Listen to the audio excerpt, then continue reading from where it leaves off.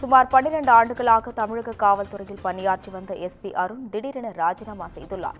இதுகுறித்து கூடுதல் விவரங்களை பகிர்வதற்காக செய்தியாளர் சிவக்குமார் இணைப்பில் உள்ளார். வணக்கம் சிவக்குமார். தற்பொழுது காவல்துறை எஸ்பி அருண் திடீரென ராஜினாமா செய்துள்ளார். இதுகுறித்த விவரங்களை பகிரலாம். அதாவது 2013ஆம் ஆண்டு குரூப் 1 தேர்வுகள் மூலம் டிஎஸ்பியாக பணியை சேர்ந்தவர் தான் தற்போது மணிமுத்தார் பட்டாலியனோட கமாண்டண்டாக பணிபுரிந்துட்டு இருந்த அருண் அப்படிங்கிறார். இவர் கடந்த 2021ஆம் ஆண்டு எஸ்பியாக பதவி பெற்றவர்.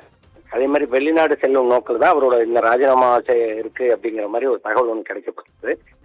மணிமுத்தார் காவல்துறையோட 12வது பட்டாலியன் நில கமாண்டராக பணிபுரிந்தவர் இவர் ஏடிஜிபிக்கு ஒரு கடிதம் எழுதினாரு.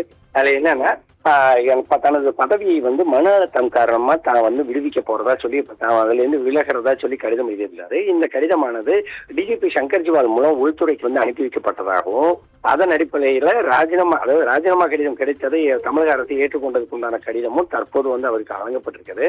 அதாவது தமிழகத்தின் மிகச்சிறந்த பட்டாலியன் அப்படின்னு சொல்லி கூறப்பட்ட மணிமுத்தார் பட்டாலியன்ல ஏறத்தல 1000க்கும் மேற்பட்ட போலீசார் அங்க பயிற்சி பெற்றுவதோடு இல்லாம வருடம் ஒன்றுக்கு 2 முறை பயிற்சிகள் இங்க காவலர்களுக்கு பயிற்சி அளிக்கப்பட்டு தமிழகம் முழுவதுமே சட்டம் ஒழுங்கு உள்ளிட்ட பல்வேறு பணிகளுக்கு அமர்த்தப்படுவது. இங்க ஒரு அதாவது கமாண்டன்ட், அதே மாதிரி பாத்தீங்கன்னா 2 துணை கமாண்டன்ட் அப்படிங்கிற ஒரு கேட்டகரியில தான் உட்கார்ந்துருப்பாங்க. அதே மாதிரி அதன் அடிப்படையில் வேலை நடந்துட்டு இருக்கோம்.